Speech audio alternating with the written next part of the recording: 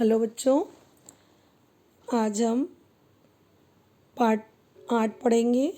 उत्साह, उसमें प्रश्नोत्तर एवं कविता का भावार्थ, जिसके कवि भवानी प्रसाद मिश्र हैं। सबसे पहले जोड़ी देख लेते हैं। बुरी बड़ी बड़े यात्रा, बुरी जिंदगी, बड़ी शर्मिंदगी, बड़े शेर और यात्रा मुहूर्त। ये सही उत्तर है। इसको आप कॉपी में कर लेना और एक बार बुक से भी चेक करना बेटा। ये उसके उत्तर दिए हैं जोड़ी के। पहले का ग, दूसरे का घ, तीसरे का ख, चौथे का क। अगला प्रश्न, दिए गए प्रश्नों में से उपयुक्त शब्द चुनकर रिक्त स्थान की पूर्ति कीजिए। फिसड्डी रहें और जीते रहें। किसी का दिया डैश, दूध पीते रहें। दूध आएगा, यहाँ डैश के चिन्ह नहीं लगे, आपको देख लेने का है। भला यात्रा का डैश भी है, मुहूर्त।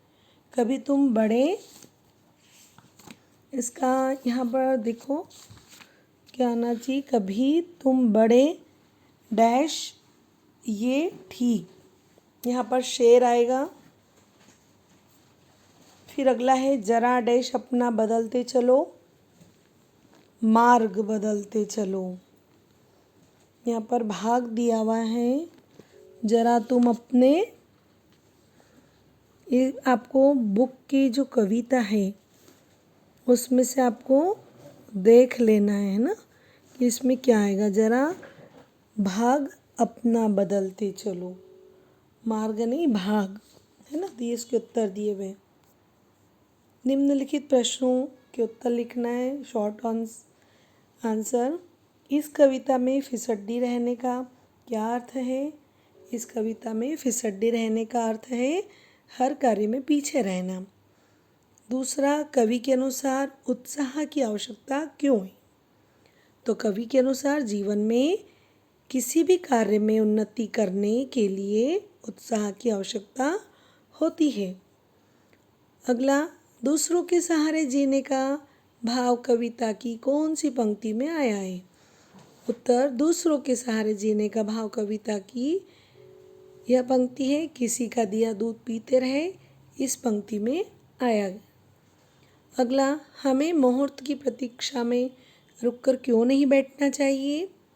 उत्तर है, हमें मुहूर्त की प्रतीक्षा में रुककर इसलिए नहीं बैठना चाहिए क्योंकि समय कभी किसी के लिए रुकता नहीं। बैठना में बेटा ट आ गया है। आप ऊपर प्रश्न में देखेंगे ठ जो सही लिखा है ना, तो आपको ठ बना लेना है। क्या अपने अतीत पर अभिमान करते रहना उचित है। उत्तर है, हमें मात्र अपने अतीत के गौरव का मान करते रहना नहीं चाहिए, बल्कि जीवन में आगे बढ़ता रहना चाहिए। अगला प्रश्न नंबर 3, जो 3 से 4 वाक्य में इसके आंसर लिखना है। पहला, व्यक्ति को जीवन में सफल होने के लिए क्या आवश्यक है। उत्तर, व्यक्ति को जीवन में सफल होने के लिए दृढ़ निश्चय और कड़ी मेहनत। यहाँ पे ढ ढक्कन का लिखाया है, उसको ड डमरू का बनाना आपको, है ना। तो कड़ी मेहनत की तो आवश्यकता होती ही है, किंतु सफलता में निश्चयता लाने के लिए उत्साह की ज़रूरत भी होती है। अगला, कवि के अनुसार बुरी जिंदगी कौन सी है। उत्तर है, जीवन के प्रत्येक कार्य में फिसड्डी बने रहना तथा हमेशा दूसरों के दया धर्म पर जिंदा रहना। कवि ने ऐसी जिंदगी को सबसे बुरी जिंदगी कहा गया है। अगला, शर्मिंदगी से बचने के लिए हमें क्या करना चाहिए। उत्तर है, शर्मिंदगी से बचने के लिए हमें आत्मनिर्भर तथा मेहनती बनना चाहिए। हमें कदापि दूसरों के टुकड़ों पर नहीं पलना चाहिए। यदि हमें पूर्ण विकास करना है तो निरंतर आगे बढ़ते रहना चाहिए। अगला, हमें मुहूर्त की प्रतीक्षा में रुककर क्यों नहीं बैठना चाहिए। उत्तर है, हमें मुहूर्त मतलब अच्छे समय की प्रतीक्षा में, प्रतीक्षा मतलब इंतज़ार में रुककर नहीं बैठना चाहिए। यहाँ पर बैठना में ट आ गया है, इसको आप ठ बना लेना ऊपर जो प्रश्न में लिखा है, क्योंकि समय कभी किसी के लिए रुकता नहीं और हमारे कार्य अधूरे रह सकते हैं। उत्साह कविता का मूल भाव क्या है, इसको छोटे रूप में आप कैसे लिख सकते हो? तो उत्तर है कविता के माध्यम से हम सबको संदेश देते हैं कि हमें अपने आलस्य को त्याग कर तथा दूसरों पर निर्भरता छोड़कर स्वयं की मेहनत और कर्म पर विश्वास करना चाहिए। कभी हम सोने की चिड़िया कहलाते थे, यह सोचकर हमेशा खुश नहीं होते रहना, बल्कि हमें वर्तमान की मेहनत और लगन पर भरोसा करना चाहिए। यहाँ पे लॉन लिखा गया है तो लगन आना चाहिए। और ऊपर बेटा चिड़िया में ढक्कन का आया, आपको डमरू बनाना है, चिड़िया। आगे हम भाषा की बात देखेंगे। सबसे पहले उसमें शुद्ध उच्चारण कीजिए। शर्मिंदगी, जिंदगी, यात्रा, जमाना, इनका सही उच्चारण मतलब सही तरीके इसको ऐसे पढ़ा जाता है। बार बार पढ़ने का प्रयास करें और याद करें। अगला है निम्नलिखित शब्दों में शुद्ध वर्तनी वाले शब्दों को गोला लगाइए। यहाँ फर्स्ट लाइन में फिसड्डी, फिर ख्याल, फिर शर्मिंदगी। अब पहले में जो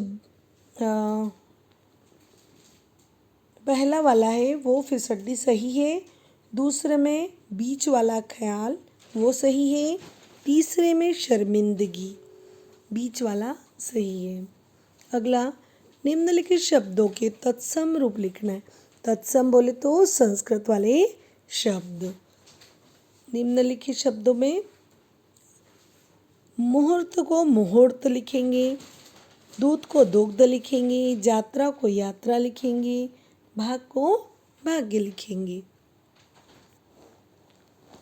निम्नलिखित मुहावरों का अर्थ लिखकर वाक्यों में प्रयोग कीजिए। जैसे फिसड्डी रहना, किसी का दिया दूध पीना, मुहूर्त सोचना, बड़े शेर होना और ख्यालों में बना। अब पहला फिसड्डी रहना, किसी का काम न होना। हमारी कक्षा में कई विद्यार्थी फिसड्डी हैं। किसी का दिया दूध पीना, किसी पर निर्भर रहना।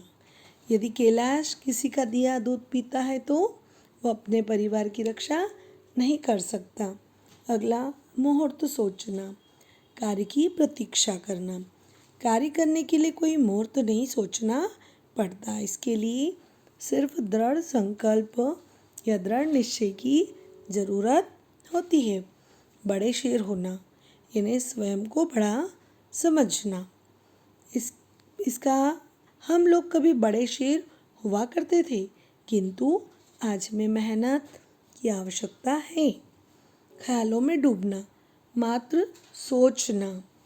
मात्र ख्यालों में डूबने से सफलता प्राप्त नहीं होती, उसके लिए हमें कार्य करना पड़ता है। अब अगला बेटा उत्साह कविता का एक छोटा सा परिचय समझेंगे हम, जिसमें प्रस्तुत कविता में कवि ने देशवासियों को सर्वदा मतलब हमेशा बढ़ते रहने के लिए कहा है।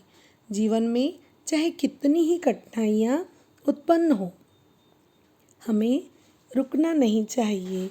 हमें किसी की दया और सहारे पर नहीं बल्कि अपने आत्मविश्वास और मेहनत पर भरोसा करना चाहिए। समय हमारे साथ है।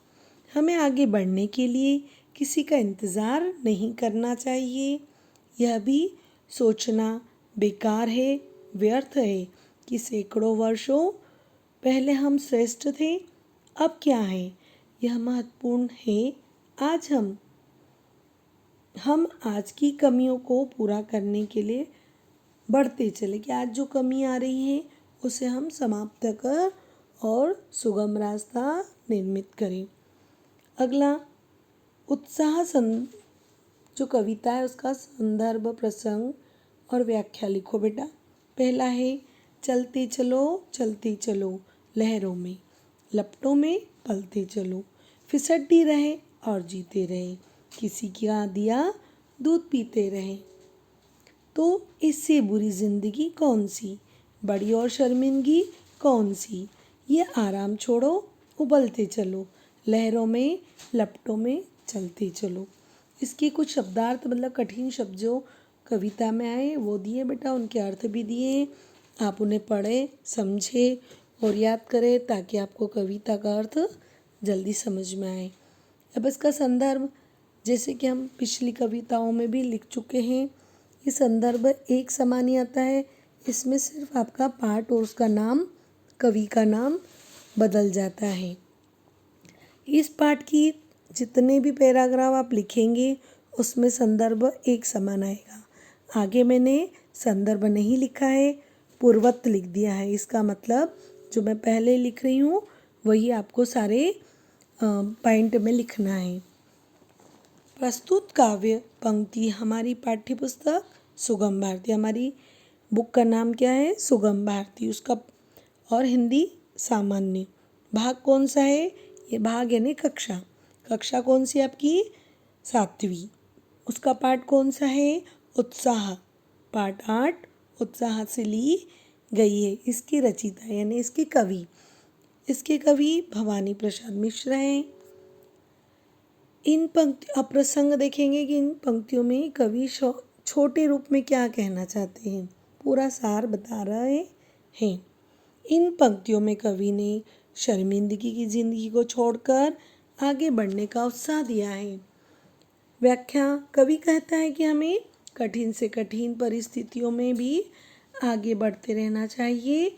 सैकड़ों सालों से हम रूढ़िवादी और फिसड्डी बने रहे, हमने कभी भी आत्मनिर्भरता प्राप्त नहीं की।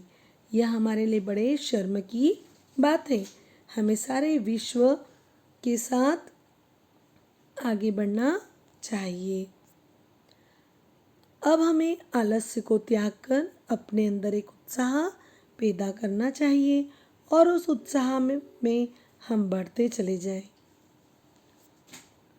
भला यात्रा का मुहूर्त भी है, ये दूसरे नंबर की पंक्ति का देख लेना बेटा। भला यात्रा का मुहूर्त है भी है, कहीं बैठे रहने की सूरत भी है, निकलता चला जा रहा है समय, मुहूर्त न सोचो मचलते चलो, लहरों में लपटों में पलते चलो। कभी तुम शेर थे, ठीक है, उसी ख्याल में डूबना लीक है, जमाना कहाँ से कहाँ जा चुका, जरा भाग अपना बदलते चलो, लहरों में लपटों में पलते चलो। इसमें शब्दार्थ दिए हैं, कठिन शब्द जो आए वो देख लेना। संदर्भ पूर्व के अनुसार लिखना है। आपको कॉपी में हर पंक्ति के साथ लिखना है। जो पैरा दिया है मैंने यहाँ पूर्वत लिख दिया है। प्रसंग, इसमें कवि ने कहा है कि इतिहास की सफलता पर ही खुश न होकर वर्तमान में भी आगे बढ़ते रहना चाहिए। कवि इसका अर्थ बता रहा है। कवि के अनुसार समय कभी किसी के लिए रुकता नहीं, जो उसके आगे चलते हैं वही कामयाब रहते हैं। रुकने का कारण मत ढूंढो, बल्कि आगे बढ़ते चलो। किसी ज़माने में हम सर्वश्रेष्ठ थे, किंतु उस बीती सफलता को सोच सोच कर मत बैठो।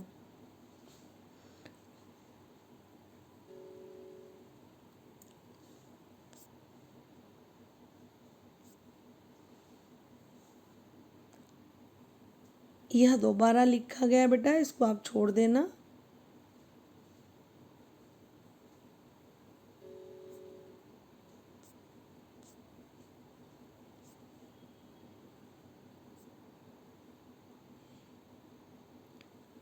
दो बार हो चुका, अब यहाँ पर आपका ये पार्ट ख़त्म हो जाता है। कॉपी में आप इसको लिख लेना, याद कर लेना और परीक्षा में आपको त्रैमासिक परीक्षा की एक 10 रुपये की कॉपी प्रत्येक विषय की अलग अलग बनाना है और जब भी आपको कहा जाएगा तब आपको जमा करना है ना, आपकी जब परीक्षा होगी तब। मोटी कॉपी मत बनाना, प्रत्येक विषय की अलग अलग। अगले दिन आपको विविध प्रश्नावली भेज दी जाएगी, उसको भी कॉपी में नोट डाउन कर लेना। और यहाँ आपके त्रैमासिक कोर्स का सारे पाठ समाप्त हो जाते हैं। जब आपको रिवीजन भेजा जाएगा तो वो प्रत्येक पाठ के अनुसार भेजा जाएगा। जिनका जो लेसन छूट चुका है उसे वो कंप्लीट कर लें। ठीक है बेटा।